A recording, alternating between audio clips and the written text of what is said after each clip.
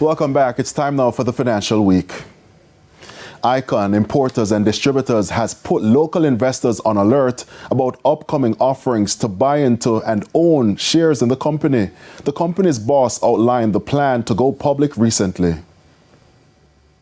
Business leaders, as well as staff and customers at a banquet to celebrate Icon Importers and Distributors' 25 years in operation. The company started in Negril, Westmoreland as a family-owned business, but its leadership says it's now time to widen the family. We have built a solid foundation and we are looking in the near future to go public. And this presents an opportunity now for strategic partnerships. And we already have persons that we are having discussion with. We are still open. And additionally, we are looking forward to when we go public, that it gives people in Westmoreland a chance to be a part of this journey, not just by sharing ideas, but to own a piece of Icon. CEO Moses Chaibar reflected on the company's time in Savannah Lamar. It was a struggle at points and reaffirmed the need to fix traffic congestion in Westmoreland's parish capital. One of the things we observed was that the town was congested. You can hardly find a place to park. The traffic is heavy right through the day. And customers are just frustrated. The waiting time, the traffic, the long delays has always been an issue.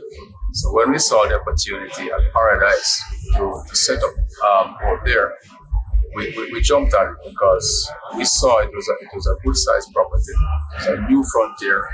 And when we went there, we thought that customers would appreciate ample parking or getting away from the congestion.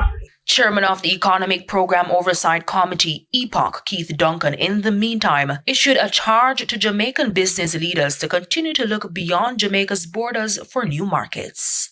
We are into Caribbean expansion. That's the vision, that's the future, and it is even possible that we will take this global. Amoy Harriet, TVJ News. The JSE index declined by 2,097 points, while the junior market index advanced by 36 points. The 47 winners included ISP Finance Services, Kintyre Holdings, The Lab, Margaritaville US dollar shares, and Fosrich.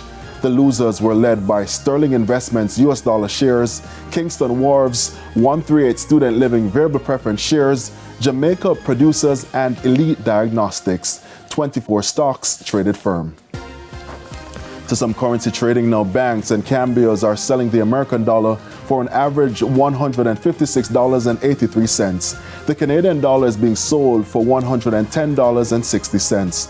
$197.49 is the average value of the pound, while the euro will go for $165.27. And that's the Financial Week. News from overseas after the break.